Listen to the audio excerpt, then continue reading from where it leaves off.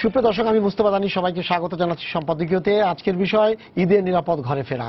আর এ নিয়ে আলোচনার জন্য আমাদের স্টুডিওতে উপস্থিত আছেন সৈয়দ মনোয়ার হোসেন, সাবেক সচিব ও পরিচালক BIWTA। মাঝখানে আছেন মোহাম্মদ রুস্তম আলী খান, সিনিয়র সহসভাপতি বাংলাদেশ সড়ক পরিবহন মালিক সমিতি, এবং ওই প্রান্তে আছেন মোজাম্মেল হক চৌধুরী, মহাসচিব বাংলাদেশ যাত্রী কল্যাণ সমিতি।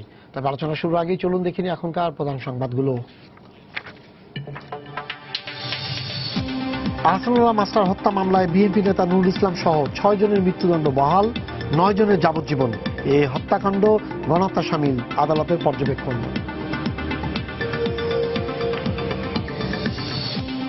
বাহাদারিপুরে কলেজ শিক্ষক রিপন চক্রবর্তীকে কুপিয়ে হত্যার চেষ্টা, একজনকে আটক করে পুলিশের সোপর্দ।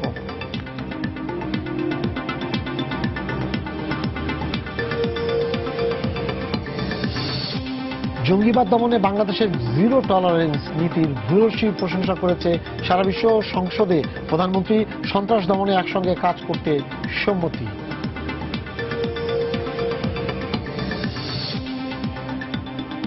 টার্গেট কিলিং এ আওয়ামী লীগের লোকজন জড়িত থাকায় কাউকে গ্রেপ্তার করা হচ্ছে না, অভিযোগ বেগম জিয়ার। বললেন, এ সরকারের অধীনে কোনো ধর্মের লোকই নিরাপদ নয়। ঈদের রেলের আগাম টিকিট বিক্রি শুরু 22 জুন, চলবে 26 জুন পর্যন্ত। ফিরতি টিকিট দেওয়া হবে 4 জুলাই থেকে। ব্রিফিংয়ে রেলমন্ত্রী।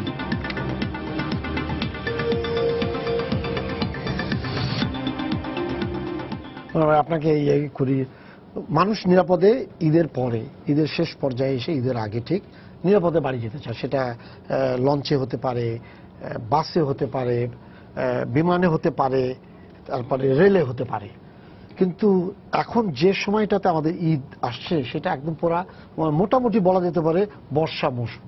এবং আমাদের দেশের সবচেয়ে আমার মনে হয় 64 জেলার মধ্যে অন্তত 50টা না হলেও 45টা জেলা কিন্তু সরাসরি নৌ ইয়ার মধ্যে পড়ে, রুটে বিভিন্ন জায়গায় রুট চলাচল করে।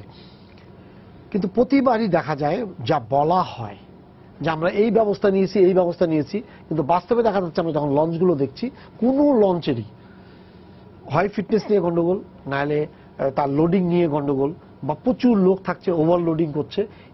বা বলা হচ্ছিল যে পুলিশ নিরাপত্তা দিবে, কিন্তু ওই যদি 5000 লোক থাকে 5 জন পুলিশ কি নিরাপত্তা দিবে? প্রতিবার এটা বলা হয়, কিন্তু আমরা আসলে বাস্তবে দেখতে পাই না। ধন্যবাদ আপনাকে।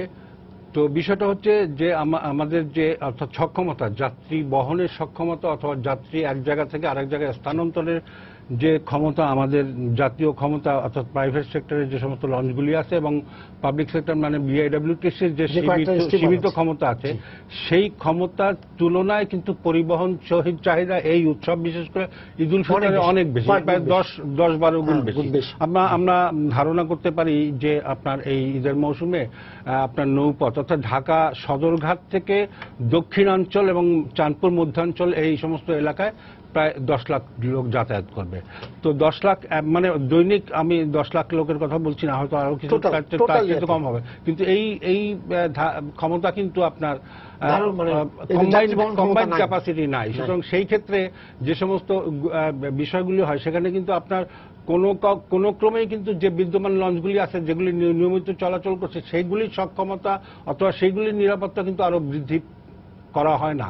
বরং যে সমস্ত নৌযানগুলি আইডল ছিল, বিভিন্ন কারণে অসুস্থ ছিল, অথবা মালিক সে মানে তুলনামূলকভাবে সেটার অপারেটিং কস্টের চাইতে আর্নিং আপনার বেশি হয়ে যায় বলে সেগুলিকে বসিয়ে রেখেছে, এই সমস্ত সেগুলিও কিন্তু এসে ফ্লিটে যোগদান করে। এবং সেগুলি নিয়ে অনেকগুলি কথা হয়। আপনি দেখবেন যে এবং এইগুলি কিন্তু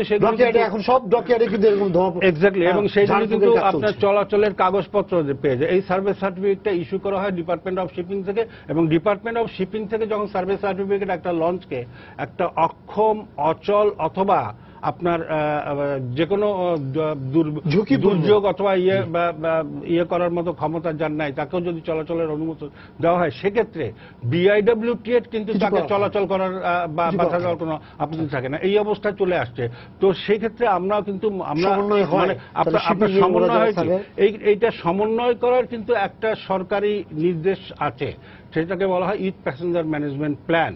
তো সেই ইথ প্যাসেঞ্জার ম্যানেজমেন্ট প্ল্যান অনুসারে যদি অগ্রসর হয়, যদি সমস্ত কার্যাবলী অনুসরণ করে সরকারি সংস্থাগুলি, বিআইডব্লিউটিএ, ডিপার্টমেন্ট অফ শিপিং, এর সঙ্গে সংশ্লিষ্ট যে সমস্ত প্রাইভেট বডি আছে, ইন্ডিভিজুয়াল লঞ্চ মালিক আছে, অথবা আইন শৃঙ্খলা রক্ষাকারী বাহিনী আছে, অথবা অন্যান্য যে সমস্ত প্রতিষ্ঠান জড়িত, সেগুলিকে যদি সমন্বিত একটা প্রচেষ্টার মাধ্যমে হয়, তাহলে কিন্তু আমরা এই ঝুঁকিটাকে আমরা ন্যারো করে আনার চেষ্টা করি। যেটা বলা হয় যে তারা মিটিং করে, ইয়েস, সম্পূর্ণ সময় তারা মিটিং করে, এবং মিটিংগুলি কিন্তু খুব ভদ্রভাবে বলে আমরা এটা মানবো, এটা মানবো। ঈদ উল ফিতরের মিটিং কিন্তু এখন পর্যন্ত এই সমন্বয় সভাটা হয়নি, হয়তো আগামী সপ্তাহের মধ্যে হবে। কিন্তু আপনি সিদ্ধান্ত যে একগুচ্ছ সিদ্ধান্ত দেখবেন, সরকারি সিদ্ধান্ত, সেই সিদ্ধান্তের সঙ্গে কিন্তু গত বছরের সিদ্ধান্তের কিন্তু কোনো মৌলিক পার্থক্য নাই, অর্থাৎ অবস্থার কোনো উন্নয়ন ঘটে না। এখন অ্যাকচুয়ালি যে বাস্তবতার যেটা করে, যদি একটা দুর্ঘটনা না ঘটে, যদি সমস্ত একেবারে দুর্ঘটনাহীনভাবে আমরা যদি ঈদের যে পরিবহন ব্যবস্থা অতিক্রম করতে পারি, সেটা কিন্তু প্রমাণ করবে না যে সক্ষমতা বৃদ্ধি পেয়েছে, সেটা প্রমাণ করবে যে অনেকগুলি যে বিষয় একত্রিত হয়ে একটা দুর্ঘটনা সংগঠন হয়। আল্লাহর রহমতে সেটা এবার হয় না বলে, আল্লাহর রহমতেই কিন্তু দুর্ঘটনা ঘটে না, মানে সক্ষমতার জন্য কিন্তু হচ্ছে না।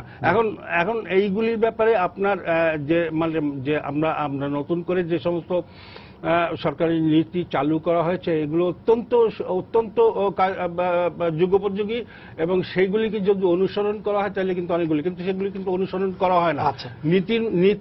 নীতিমালার মধ্যেই থাকে, বাস্তবে কিন্তু বাস্তবতার মধ্যেই থাকে। এবার আসি ইয়ার কাছে, রুস্তম আলী ভাইয়ের কাছে। সড়ক পরিবহনের সবচেয়ে বড় অভিযোগ যেটা আছে, সব ঝাড়ফুঁক চলা আরম্ভ করছে বাসের। তার মানে সব জায়গায় রং টং করে, যেমন আপনি দেখবেন যখনই বাস চলে রাস্তায়, কোনো সমস্যা নেই, মিনি বাস চলে ধাক্কাধাক্কি করে, বডি বোনার জন্য 50 বছর পুরানো 3 বছরের বাস কিন্তু ধাক্কাইতে, তারা মালিকরা এত ধাক্কাধাক্কি করে, তো করতে করতে বাসগুলো নষ্ট করে দেয়। তারপরে যেটা বলে, মানে যে জিনিসটা হয়, তারপরে তারা ডাম্পিং এ চলে যায় বিভিন্ন কারণে। বিভিন্ন রাস্তায় এমনি সময় চলে, যেদিন আপনি দেখবেন যে ট্রাফিকেতে আছে, অভিযান আছে, মোবাইল কোর্ট আছে, দেখবেন ওদিন গাড়ি নেই। তাহলে যদি তাদের ফিটনেসই থাকে, সারা বছর যখন এগুলো চলে, মানে ফিটনেসের মধ্যে, কিন্তু যেই মোবাইল কোর্ট হয়, গাড়ির 60% গাড়ি, আমি আপনার সাথে কথা বলবো এটা নিয়ে, 60% গাড়ি গায়েব হয়ে যায়। এখন এই ঈদের যে মৌসুমটা, আপনারা মনে হয় 20 তারিখ থেকে শুরু করবেন টিকিট দেওয়া। তো এখন আপনারা 20 তারিখ থেকে টিকিট দিবেন, টিকিট দিয়ে দেখা যাবে যে পুরোনো গাড়ি, যে লক্ষ গাড়ি, সেগুলো রং টং করে সব ঢুকে গেছে, এবং যাদের যে এখানে গাড়ি, এবং আমরা খোঁজ নিয়ে জেনেছি যতগুলো ওয়ার্কশপ আছে ঢাকা শহরে আশেপাশে সহ সব জায়গাতেই রং চটা জিনিসপত্র তৈরি করা আছে। আপনি কি মনে করেন যে গাড়িগুলো ফিট? সব তো ফিট না অবশ্যই, সেটা আপনিও যেমন দেখেন 2500-এর মতো ওয়ার্কশপ আছে ঢাকা শহরে বিভিন্ন জায়গায়, প্রত্যেক জায়গায় রং চং করা। তবে এ কথাও ঠিক, আগের মতো ওই ধরনের খারাপ গাড়ি এখন আর নাই। খুবই কম্পিটিটিভ মার্কেট এখন, প্রতিযোগিতা খুব বেশি, বিশেষ করে আন্তঃজেলা রোডগুলোয়। না কিন্তু রুস্তম ভাই, আমি দেখেছি এই ঢাকা শহরের গাড়িগুলো আপনারা লাস্ট মুহূর্তে বিভিন্ন জায়গা পাঠান, ওই ড্রাইভার তো রাস্তায় ছিল না। ঈদের সময় এমন একটি সময় আসে যেটা কারো পক্ষে নিয়ন্ত্রণে রাখা সম্ভব নয়।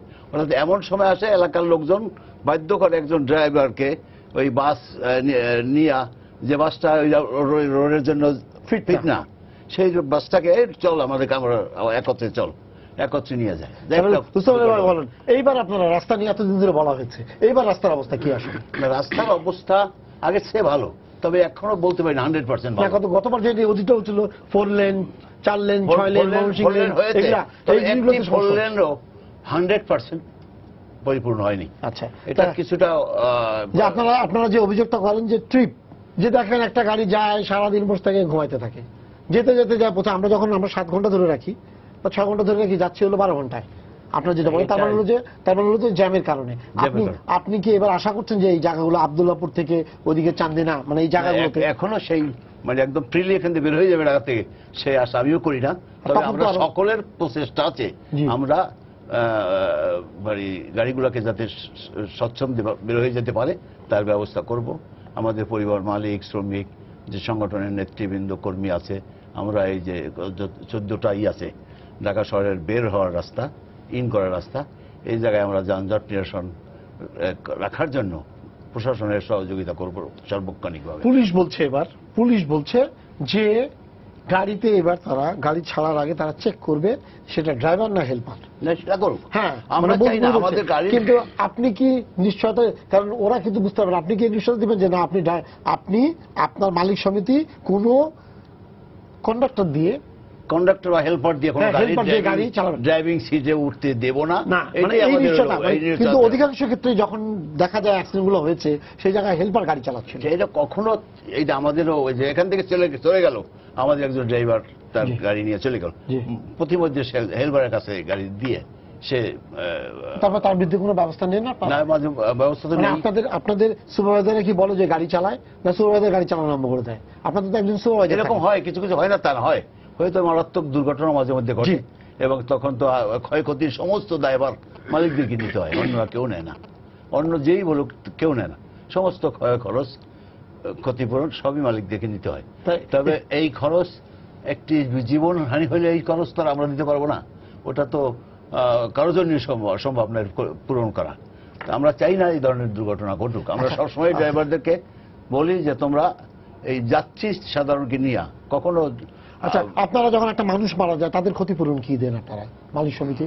কোনো ক্ষতিপূরণ আপনারা দেন? মালিক সমিতি দেয় না, ক্ষতিটাই গাড়ির মালিকই দেয়, না, মানে কি দেয় সেটা একটা- দেয় তা আপনারা কোনো নিয়ম করতে পারেন না যে প্রেশারটা কোন জায়গায়? সেটা হলো মনে সে যেমন যে কোনো দুর্ঘটনা কিন্তু হয়ে যেতে পারে। দুর্ঘটনা যদি মানে সরকারের তরফ বা নিরাপত্তা বাহিনীর তরফ থেকে বলা হয় যে দুর্ঘটনাটা ব্রেক ফেল করে হয়ে গেছে, এইটা তো আপনি কিছু করতে পারবেন না, কারণ আপনার কিছু নাই, সামনে একটা অস্বাভাবিক গাড়ি চলে আসছে, আপনি করতে পারবেন না সেই জায়গায় সেই কোনো ওইভাবে না, কোম্পানি এই জন্য আমরা কিন্তু যদি আপনারা ডিটেক্ট করেন যে হ্যাঁ ওই ড্রাইভারের কারণে গাড়িটা অ্যাক্সিডেন্ট হয়েছে, সেক্ষেত্রে কেন তার এবং ওই ইয়ারতে কম্পেনসেশন দেওয়ার ব্যবস্থাটা না করছেন না আপনারা? না, সেই ড্রাইভারের কাছ থেকে না, ড্রাইভার না, মানে আপনাদের সমিতি যদি থাকে, যেমন এই যে আমরা ওই গাড়ির ক্ষতি যাই দেয় সেটা মালিকই দেয়, কিন্তু সমিতি সেইটাকে দেওয়ার দিতে যাতে মালিক দেয় সেটা তদারকি করে। কিন্তু রুস্তম ভাই, আমরা কোনোদিন এই নামটা কোনোদিন আমরা কিন্তু জানতে পারি না কোনোদিন।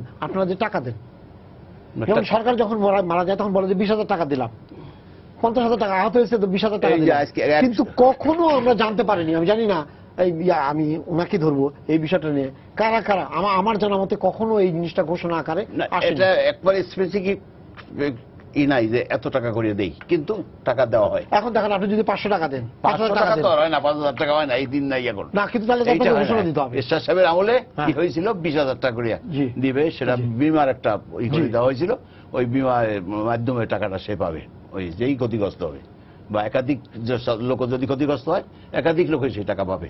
হ্যাঁ, আচ্ছা, 20,000 করে মানে আপনি এটা আমরা ভালো করে জানতাম না। এবার মোজাম্মেল ভাইয়ের কাছে বলছেন যাত্রী কল্যাণ নিয়ে আপনি কাজ করেন, আপনি আমাকে বলেন উনি যে কথাটা বললেন, আপনি কোনো যাত্রীকে যে মারা গেছে ইয়া গেছে আপনি কখনো শুনেছেন?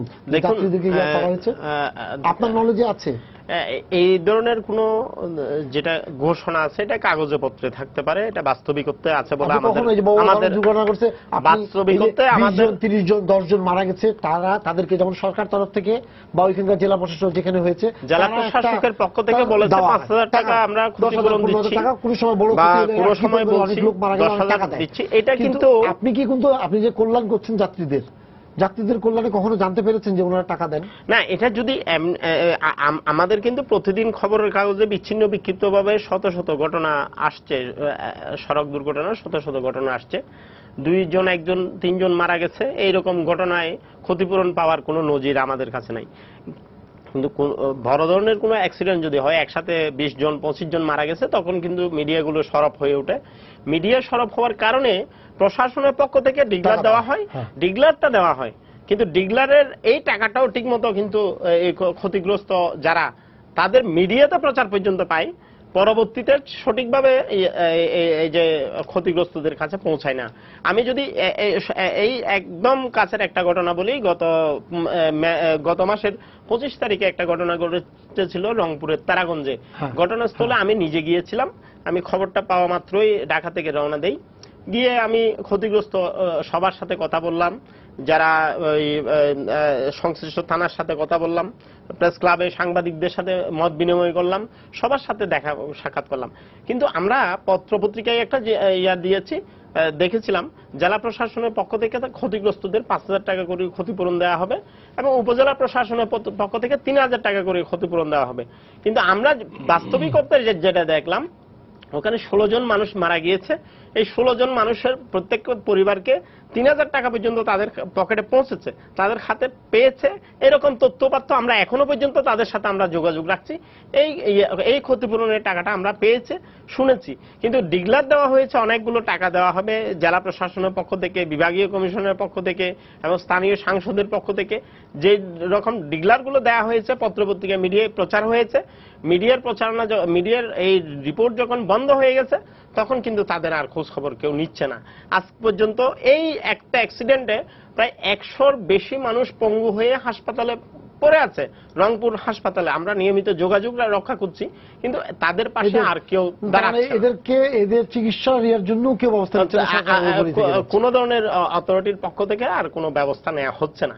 এটা একদম আপনার এই কথাগুলো কি আপনি ফোরামে তুলেছেন? হ্যাঁ, আমরা সবসময় তুলে ধরার চেষ্টা করছি।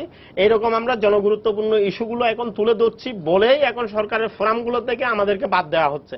এখন আমাদের এই জনগুরুত্বপূর্ণ কথাগুলো বলার জন্য সরকারের যে সমস্ত ফোরামগুলোতে আগে আমরা প্রতিনিধিত্ব করতাম, আমাদেরকে আমরা এই অভাব অভিযোগগুলো তুলে ধরতাম, এখন ক্রমেই মালিক পক্ষের জোর দাবিতে আমাদেরকে এখান থেকে বের করে দেওয়া হচ্ছে, আমাদেরকে বাইরে চলে আসতে হচ্ছে। এবং আমরা দর্শকের সাথে করে নিই। হ্যাঁ দর্শক, আপনার পরিচয় দিয়ে প্রশ্ন করুন। ওয়ালাইকুম আসসালাম। আমি চট্টগ্রাম থেকে শহীদ বলছিলাম। আমাকে চিনবেন যে আমি সময় টিভিকে অত্যন্ত ধন্যবাদ জানাই যে সময়ের সাথে একটা গুরুত্বপূর্ণ একটা আলোচনা হচ্ছে। আমার প্রশ্ন হচ্ছে, পৃথিবীতে কিন্তু যতগুলো দেশ আছে প্রত্যেকটা দেশে কিন্তু ওয়ার্ল্ডের মধ্যে ট্রাফিক রুলস হচ্ছে একটা।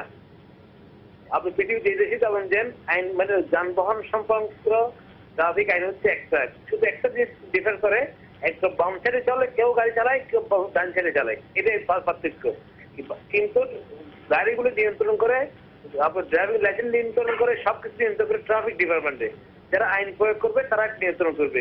কি বাংলাদেশে যাতে বিএসটি আছে, বিএসটির যিনি চেয়ারম্যানের দায়িত্বে আছেন, ওনাকে যদি আপনি জিজ্ঞেস করেন যে গাড়িতে সকালে ড্রাইভার উঠলে কিভাবে উঠবে, কিভাবে সে উঠে গাড়িটা স্টার্ট করবে, সেটাও সে জানে না। সুতরাং ওই দিচ্ছেন লাইসেন্স। তো সুতরাং এখানে এক্সিডেন্ট তো হবেই। এখানে একজন ড্রাইভার কিভাবে গাড়িতে বসবে, কিভাবে গাড়ি চালাবে, গাড়ির 3টে ইন্স্যুরেন্স আছে, first party, second party, third party, 3টে ইন্স্যুরেন্স হয়। কিন্তু বাংলাদেশে কোনো গাড়িতে আপনি ইন্স্যুরেন্স পাবেন না। তাহলে আপনি ক্ষতিপূরণ কিভাবে পাবেন? আর একজন গাড়ি অ্যাক্সিডেন্ট হয়েছে, একজন ক্ষতিগ্রস্ত হয়েছে, সেখানে মন্ত্রী কোনো ডিক্লারেশন দিবে বা জেলা প্রশাসনের কোনো ডিক্লারেশন দিবে, এতগুলো ক্ষতিপূরণ দেওয়া হবে? এটা তো ওয়ার্ল্ডের মধ্যে একটা আইন আছে, একজন লোক মারা গেলে গাড়িতে অ্যাক্সিডেন্ট করে first party, second party insurance company দিবে, মালিক দিবে, কে দিবে? সরকার দিবে। এটা একটা নির্ধারিত একটা বিষয় আছে, আইন আছে, সেটাই তো আমরা বাস্তবায়ন চাই আমরা। আচ্ছা, আপনাকে ধন্যবাদ। আপনি বুঝতে পারছি উনি যে ইন্স্যুরেন্সের কথা বলছেন যে first party, second party, third party আছে, অর্থাৎ যদি গাড়ি ক্ষতিগ্রস্ত হয় অথবা কেউ ভিকটিম হয়ে যায় তার উনি বলছেন যে এগুলোর কোনো নমুনা আমাদের যে ইয়াতে বাংলাদেশে যে ইন্স্যুরেন্স পদ্ধতি, এই ইন্স্যুরেন্সে দেখুন আমাদের কাঁধে, যাত্রী সাধারণের কাঁধে কিন্তু ইন্স্যুরেন্স ট্যাক্স, গাড়ির ফিটনেস ফি আর যাবতীয় ফি আমাকে বাড়ার টাকার সাথে আমাকে সংযুক্ত করে পেমেন্ট করতে হচ্ছে। এটা কিন্তু মালিক পেমেন্ট করছে না, বাড়ার অঙ্কে আমি পেমেন্ট করছি। কিন্তু আমাকে আজ পর্যন্ত কোনো ইন্স্যুরেন্স কোম্পানি ক্ষতিপূরণ দিয়েছে এরকম একটা নজির নেই। যদি এইরকম নজির না থাকে এই ইন্স্যুরেন্স কোম্পানিগুলো কেন এখানে রাখা হয়েছে? আমি আমার অভিজ্ঞতার কথা বলি। আমি তখন সরকারি চাকরিতে ছিলাম এবং সড়ক পথে আপনার এই যাত্রী বীমা এটা কিন্তু বাধ্যতামূলক, নৌপথে সেটা বাধ্যতামূলক ছিল না। তো সড়ক পথে আমরা তখন এই দুর্ঘটনার যে নিহত যাত্রীরা নিহত হয়, তাদের পরিবার আর্থিকভাবে ক্ষতিগ্রস্ত হয়, সর্বশান্ত হয়ে পড়ে। সুতরাং নৌপথে এই ব্যবস্থাটাকে চালু করার জন্য আমরা যখন আপনার কাজ শুরু করেছি তখন কিন্তু আমরা এই বীমা অধিদপ্তরের সঙ্গে এবং সড়ক পথে যে সমস্ত মালিক আছে সে সমস্ত আমরা ইন্টারাকশন করেছি। এবং সবচেয়ে উনি যেটা বললেন সেটাই সত্য, যারা এই বীমা অধিদপ্তর কিন্তু কোনো পরিসংখ্যান দিতে পারেনি যে অর্থাৎ বীমা ব্যবস্থা চালু হয়েছে অনেক আগে থেকেই এবং বীমা ব্যবস্থা চালু হওয়ার জন্য প্রিমিয়ামের অর্থও কিন্তু সঞ্চিত হচ্ছে, কিন্তু কতজন যাত্রী কত টাকা পেয়েছে মোট এই হিসাব তারা দিতে পারে। এখন সমস্যাটা কি?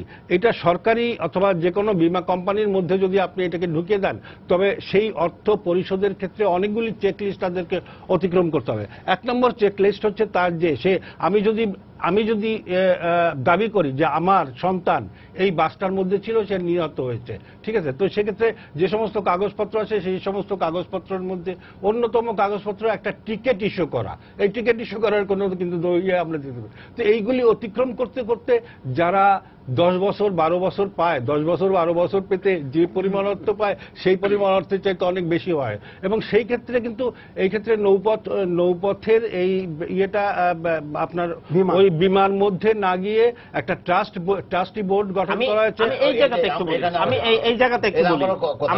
আমাকে এই জায়গাতে আমি একটু বলবো, মাননীয় নৌমন্ত্রীকে একটু ধন্যবাদ জানাই। আমাদের মনোহর সাহেব ছিলেন ওই সময়, ওনারা একটা নৌ দুর্যোগ ব্যবস্থাপনা তহবিল করেছিল নৌপথের যাত্রী সাধারণের জন্য।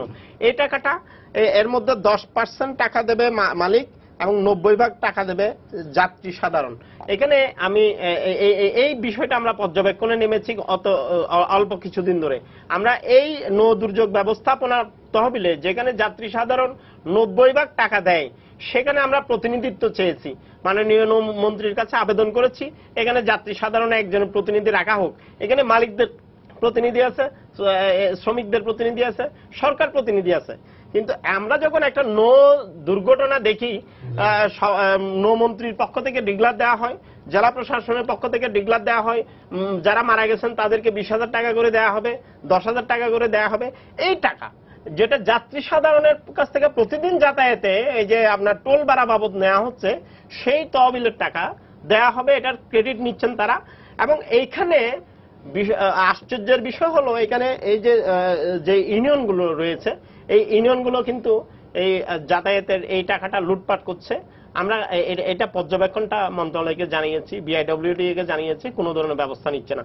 এখানে আদায় হয় 500 টাকা, জমা হয় 100 টাকা, আর 400 টাকা নানাভাবে বাগবাটোয়ারা হচ্ছে। এই টাকাটাও যাত্রী সাধারণকে কিভাবে দিচ্ছে তার একটা শ্বেতপত্র আমরা দাবি করেছি, একটা শ্বেতপত্র আমরা পাচ্ছি না। এবং এটার কোনো স্বচ্ছতা নাই, জবাবদিহিতা নাই, এবং এটার জন্য কোনো রকমের আমরা বাস্তবিক পক্ষে আপনার কাছে যাবো। একটা ফোন আছে, দর্শক আপনার পরিচয় দিয়ে প্রশ্ন করুন। হ্যালো, আসসালামু আলাইকুম। ওয়ালাইকুম আসসালাম। জি, আমি হাবিব, শাহজাদপুর সিরাজগঞ্জ থেকে। জি, আমার জানার আগ্রহ আজকের আলোচকদের কাছে যে এই যে আমাদের ঈদে ঘরমুখ মানুষের ভোগান্তি পোহাতে হয়, তার মূল কারণ দেখা যাচ্ছে যে আমাদের রোড ক্যাপাসিটিটা এতগুলো লোক আসলে বেয়ার করতে পারে না। তো এই ক্ষেত্রে আমাদের ট্রাফিক সিস্টেমটা আরো ডেভেলপ করা যায় কিনা, আর আমাদের যে অফিসিয়াল যে সমস্ত ফাংশন আছে লোকগুলোকে ছুটি আসলে ক্রমান্বয়ে ভাগ করে দেওয়া যায় কিনা, যাতে একসাথে এতগুলো লোক যেন বের হলে যাতে সমস্যা না হয়, যদি ভেঙে ভেঙে দেওয়া যায় কিনা, এই বিষয়গুলো। জি, এটা নিয়ে এবার আমি আপনাকে একটু জানা রাখি, যেটা এবার সরকার এটা চিন্তা করেছে, বিভিন্নভাবে মিটিং করেছে, আইন শৃঙ্খলা বাহিনীর সাথে সবাই একরকম হয়েছে, এই জায়গায় এই লোক থাকবে, এই জায়গায় এই লোক থাকবে, অনেকগুলো পরিকল্পনা কিন্তু সরকার নিয়েছে এবং সবাইকে জানিয়েছে যে আমরা এই করবো। হ্যাঁ বলেন। এই বিমার বিষয়টা আমার একটা কথা আছে, এইটা যে আমরা যে একটা প্রত্যেক উনি যিনি বলেছেন, স্যার যেটা বলছেন যে বিমা প্রত্যেকটা বাধ্যতামূলক পরিবহন সেক্টরে, সড়ক পরিবহনে, এটা সঠিক। কিন্তু এই এখানে যে টাকাটা আমরা এই যে খাতে দেই, এই কাজের টাকাটা পাওয়ার কথা যে একটা লোক যদি ক্ষতিগ্রস্ত হয়, সে ড্রাইভার হতে পারে, হেল্পার হতে পারে, যাত্রী হতে পারে, পথচারী হতে পারে, কিন্তু ওই কাজ থেকে সেই সুবিধাটা আদায় করা সম্ভব না। বিভিন্ন জটিলতা দেখাইয়া যে কতগুলো জরুরি কাগজপত্র ওনারা চায় যেগুলো লাগবে, এই পেমেন্টটা, এইটার দাবিটা পেমেন্ট করতে হলে আপনার এই দাবি, এই কাগজপত্র দিতে হবে। কাগজপত্র এটা দিতে অনেক সময়, এইটা ম্যাক্সিমাম সময় এই কাগজপত্র কেন দিতে পারে না। কেন? অনেকগুলো কারণ আছে। এত কারণ থাকবে কেন? আপনারা যদি বোঝাপড়া করেন, টাকা আপনি দিচ্ছেন বিমার জন্য, সেখানে বিমা আপনাকে টাকা দিবে না। এখন দেখেন, এই জায়গাটা যে গাড়িটা যে দুর্ঘটনা ঘটলো, সাথে সাথে তাকে জিডি করতে হবে। জি, তো এই জিডিটা যদি লেট হয়, যথাসময় জিডি করতে পারলো না, জিডি করতে গেলে অনেক সময় জিডি নেয় না, সে জিডি করতে পারে না, এই একটা অফেন্সে এই দাবি না পাওয়ার। ড্রাইভিং লাইসেন্স এটা কি বলে, আসল হতে হবে, ভুয়া হতে হবে, এটা সত্যি কথা, আইনের কথা। যে রোড পারমিট হ্যাঁ। সেই সঠিক থাকতে হবে, হ্যাঁ, জি। ফিটনেস সঠিক থাকতে হ্যাঁ, হবে। ঠিক।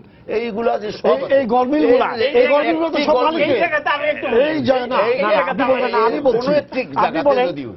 রুটটা মালিকের, হ্যাঁ, লাইসেন্স যেটা লাইসেন্স থাকে যেটা সেটা হলো ড্রাইভার মালিক দেখেই তারপরে তাকে দিচ্ছে গাড়ি চালাতে। না, আচ্ছা। এই মুহূর্তে কোনো মালিক আমরা বলতে পারবো না না। যদি এই না জায়গাতে হয় problem তাহলে না, মালিক যদি এটা নয় তাহলে না, দায়িত্বটা নিবে কে? রাষ্ট্রই তো বলতে পারতেছে না।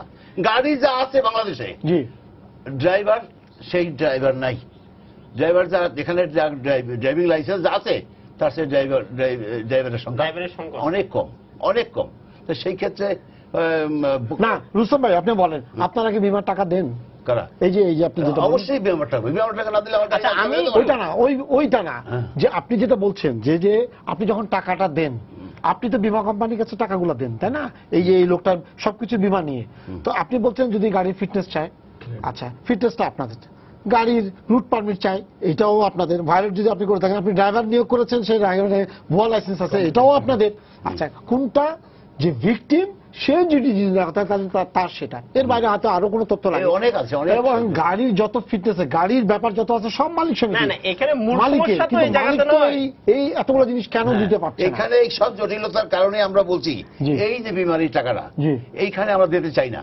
সবের একটা এই কল্যাণ আপনি trust করতে বলেন। ট্রাস্ট করুন। আপনি আমি দাবি করছি তো, আপনি দাবি করেন, করছি তো। আমার আপনি যোগাযোগ বলেন যে মন্ত্রী মহোদয় প্রতি গাড়ি পিছু আমি এত টাকা দিব। মহোদয়ের কাছে দানেশ করছি, ভাই, প্রবলেম তো এই জায়গাতে করছে। নয়, প্রবলেম তো ভিন্ন জায়গাতে। না কিন্তু উনি বলুক আগে হ্যাঁ যে সেখানে হয়েছে। আপনি ট্রাস্ট করেন। নৌমন্ত্রী সাহেব দেখাইছেন ইতে ট্রাস্ট আছে, নৌ পরিবহন মন্ত্রণালয় হ্যাঁ। এই খাতে ট্রাস্ট আছে। না, আপনি trust করেন। তা আমিও বলছি আমাদের ট্রাস্ট, আমাদের উপর ট্রাস্ট দেন, আপনি যাত্রীর কাছ থেকে মনে করেন 200 টাকা নেন, 200 টাকা নেন, এর মধ্যে তো আপনি সবকিছু নিয়ে নেন, এরকম তো না না, যে আপনি নেন না। না। তো 200 টাকা থেকে আপনি যে প্রত্যেক আমরা এখন যে বিমায় যে টাকা দেই, জি। তারপরেও আমরা এই খাতে ট্রাস্টে আমরা আরো বেশি টাকা দিতে রাজি আছি। আপনারা আমরা রাজি আছি। ব্যবস্থা করেন, কারণ আমরা মিডিয়া সহযোগিতা করবে আপনাদেরকে, মিডিয়া সহযোগিতা করে আমরা চাই সেইটা। সবাই কারণ আমরা সহযোগিতা- অবশ্যই এই দেশের প্রত্যেকটা এই টাকাটা মানুষ আপনাদের কেউ সহযোগিতা মেরে করবে। খাবে আর কেউ অনেক victim মানুষ পাবে না, অনেক এটা মানুষ হতে পারে নিঃস্ব না। হয়ে যায় এই ঈদের সময়, এত বেশি দুর্ঘটনা ঘটে, হ্যাঁ। সেটা নৌ হতে পারে, রেলেরও হতে পারে, বাসের হতে পারে।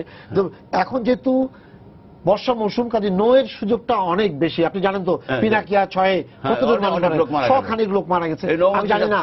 ও হ্যাঁ, আল্লাহ আমি জানি না যে কি অবস্থা। নৌমন্ত্রীর সাথে আমি বড় 2014 সালে 2014 সালে মারা গেছে, হ্যাঁ। পরে যেটা ওই বছর প্রায় 250 লোক মারা গেছে বিভিন্ন নৌ দুর্ঘটনায়। জি। তারা কোনো জিনিস পেয়েছে বলে আমি জানি না, হয়তো কেউ ওই যে বললো যে থোক বরাদ্দ বলতে আমি আমার তরফ থেকে 20,000 টাকা তবে দিলাম। আমরা যে এই টাকা জায়গায়। দেই, না, ওই আমাদের ট্রাস্ট শোনেন, আমাদের থেকে নিয়মিত টাকা দেওয়া হয়। হয় আমার ট্রাকের মালিকরা যে দেয়, কিন্তু আমি উনি যেটা যেটা বলে বলেছেন কাগজ যেটা দিয়ে অর্থাৎ- নাই, আপনাকে অনেক কাগজ দিতে পারবো যে মালিকদের সাথে বসে যিনি ভিকটিম তার পক্ষের লোকদের সাথে বসে একটা আপোষনামা করে তাকে টাকা দেওয়া হয়েছে। সর্বশেষ গত এক সপ্তাহে এক মালিক 1 লক্ষ টাকা দিয়া ওই যে লোকটা মারা গেছে, রুস্তম ভাই, তাকে টাকা দেওয়া রুস্তম ভাই আপনি বলি, আপনি তো সিনিয়র ভাইস প্রেসিডেন্ট। জি। আচ্ছা, এরপর থেকে যখন আমি দেখবো ঢাকা শহরের কোনো জায়গায় অ্যাক্সিডেন্ট হয়েছে, টেলিফোন করে বলো ভাই এরকম হয়েছে, আপনি দেখেন। হ্যাঁ, বললেন আর হ্যাঁ, বললেন। এবং এই যাত্রীদের মানে এখন আমাদেরকে এই জিনিসগুলো করতে হবে। আমি একটু প্রবলেমটা বলি, কেন আমরা বিমার টাকাটা পাই না? করা উচিত এবং জি, এই না, সেটা- আপনি তো বলেছিলেন যে নৌপথে যে ব্যবস্থাগুলো নেওয়া হয়েছে, তারা বলছে যে এই প্রোটেকশনের জন্য কিছু জায়গায় যেখানে আপনার মনে করেন ডুবো চর উঠে গেছে, Exactly, এটা একটা প্রবলেম। এখন ঘটেছে যে দুটো বিষয়, একটা হচ্ছে আপনার এই নৌযানের নিরাপত্তা জি। এবং নৌপথের নিরাপত্তা। এই যে দেখেন এরকম যদি লোক থাকে, এত হাজার হাজার লোক যদি এটার মধ্যে ঢুকে যায়, তাহলে এই নিরাপত্তা কে দিবে? সেটাই এখন এবং এই যে সিজন আপনি যেটা বলেছেন, জি, আমাদের দেশে বর্ষা মৌসুম জুলাই আগস্ট মাসে সবচেয়ে বেশি। জুন মাসের পরেই সবচেয়ে বেশি রকম কিন্তু পানির চাপটা পড়ে থাকে। এবং আপনার তিনটা প্রধান নদীর মানে কিন্তু আপনার ফ্লোটা মেঘনা থেকে নদীর একদম কিন্তু পানির বহু flow শব্দ গিয়ে অনেক সাগরে বেশি পড়ে। এবং ওই দিক থেকে একটা স্রোত আসে, বন্যার প্লাবিত এলাকার একদম পানি ওরা এখন আজকে আমি জেনেছি গজলডোবা ছেড়ে দিয়েছে। এবং সেই সময় আর কি আপনার এই উৎসবটা যখন ওই পারে যে গজলডোবা যে বাঁধটা বানিয়েছে ওটা ছেড়ে দিয়েছে।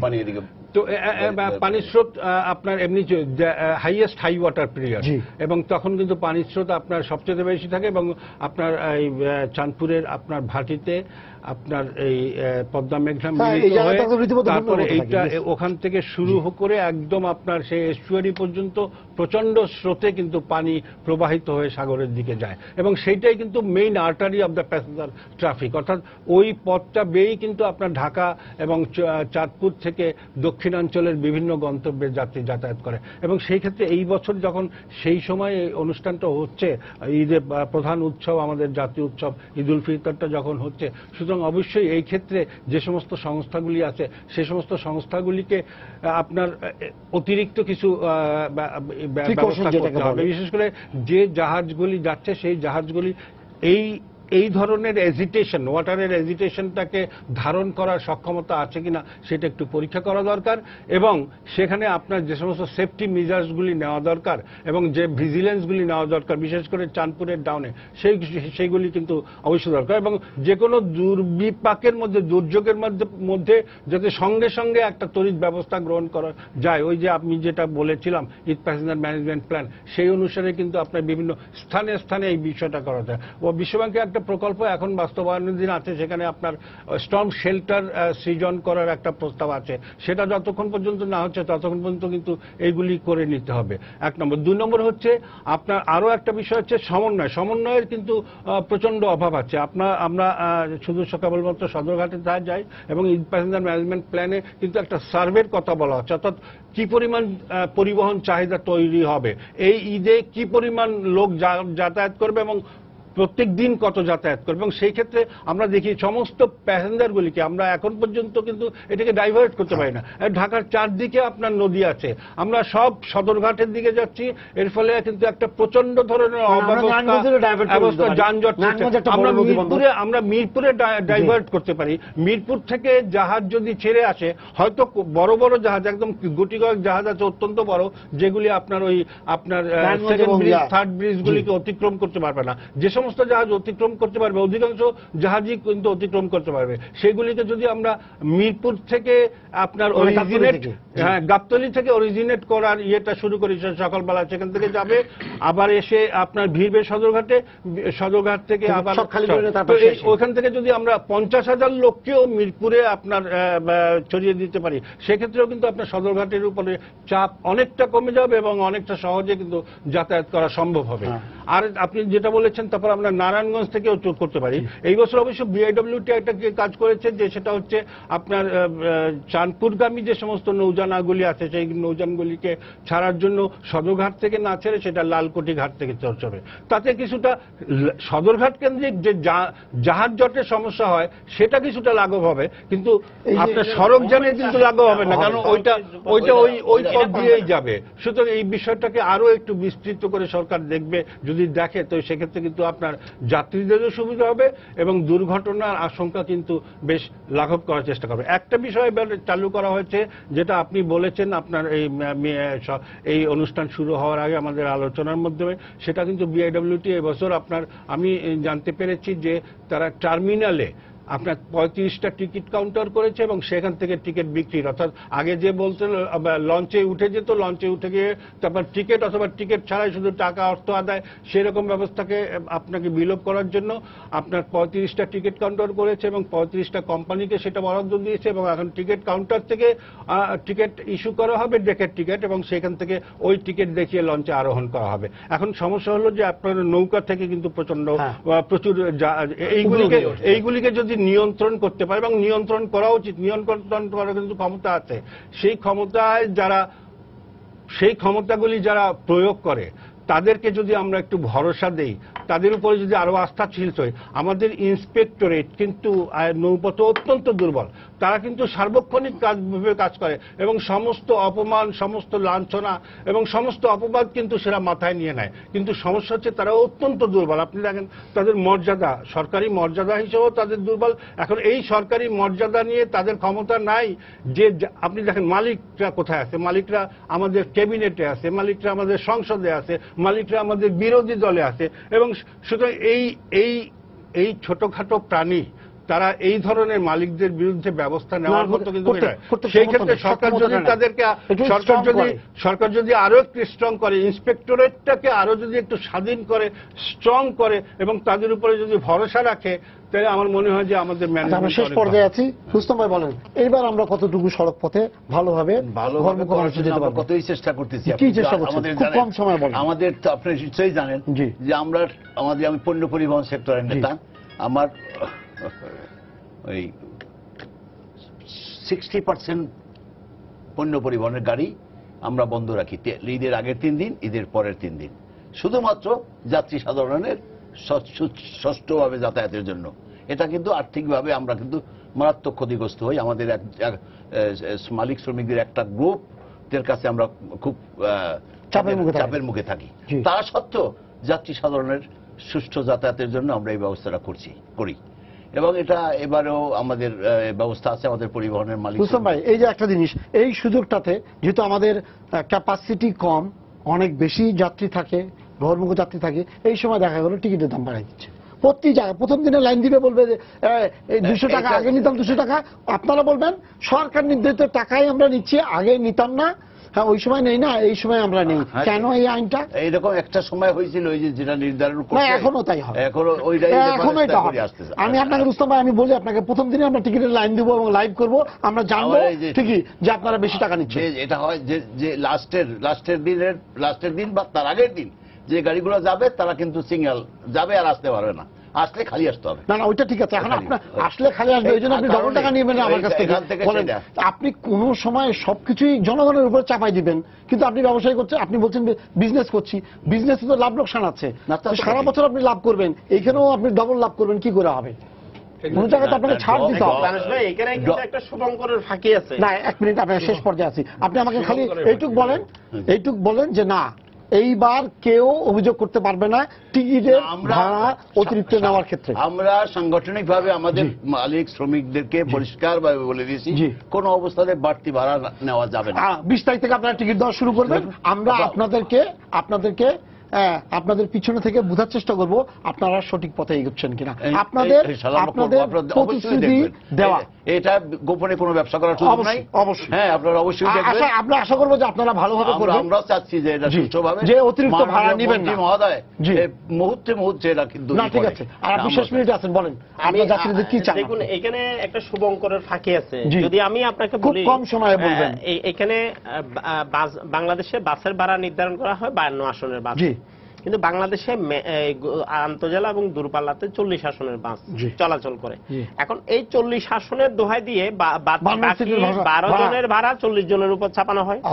আবার বলা হয় 30% সিট খালি থাকে, ওই 30 জনের ভাড়া আবার ওই 40 জনের উপর চাপানো হয়।